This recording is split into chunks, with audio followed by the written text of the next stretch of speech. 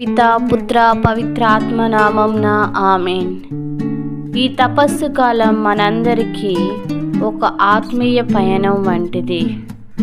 ఇది పశ్చాత్తాపం, మారు మనస్సు, ప్రార్థన, ఉపవాసం మరియు దయ సంపాదనకు ఒక గొప్ప అవకాశం.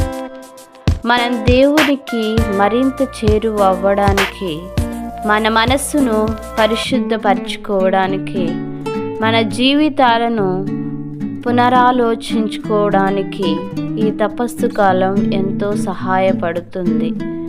మరి ఈ తపస్సు కాలంలో మనం ఏం మార్చుకోవాలి? మన జీవితానికి పరిశుద్ధ వాక్యం మనకేమి బోధిస్తుంది?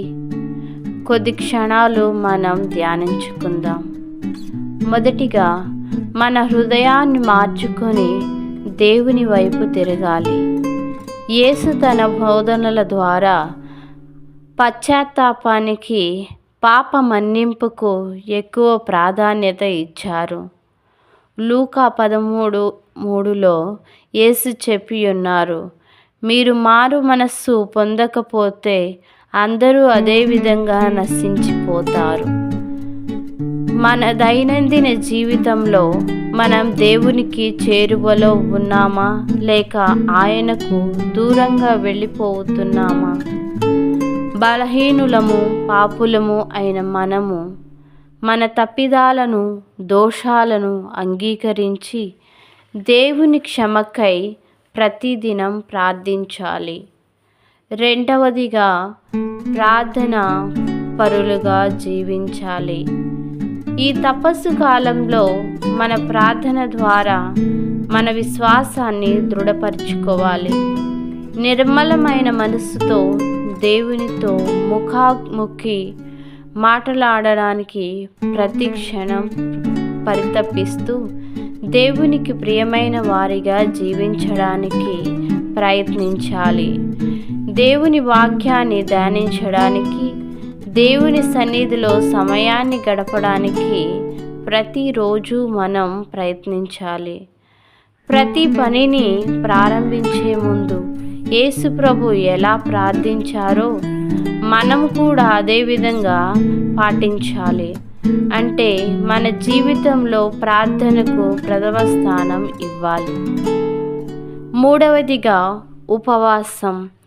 తపస్సు కాలం ఉపవాసం అంటే కేవలం ఆహారం తగ్గించుకోవడమే కాదు, అవసరమైన అలవాట్లు, ఆకాంక్షలను నియంత్రించుకోవాలి.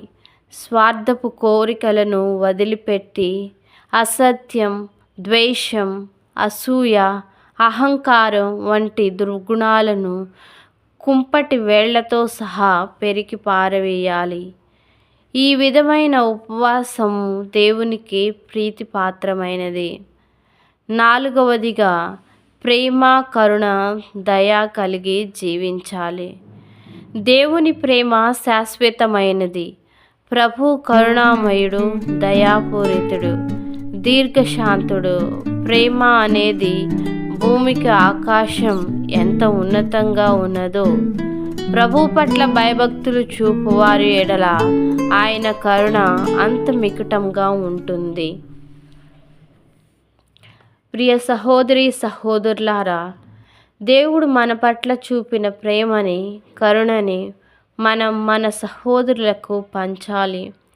ఒక్క మాటలో చెప్పాలంటే క్రీస్తును పోలి జీవించాలి.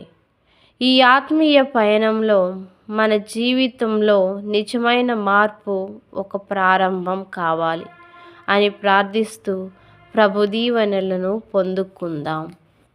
ఆమేన్.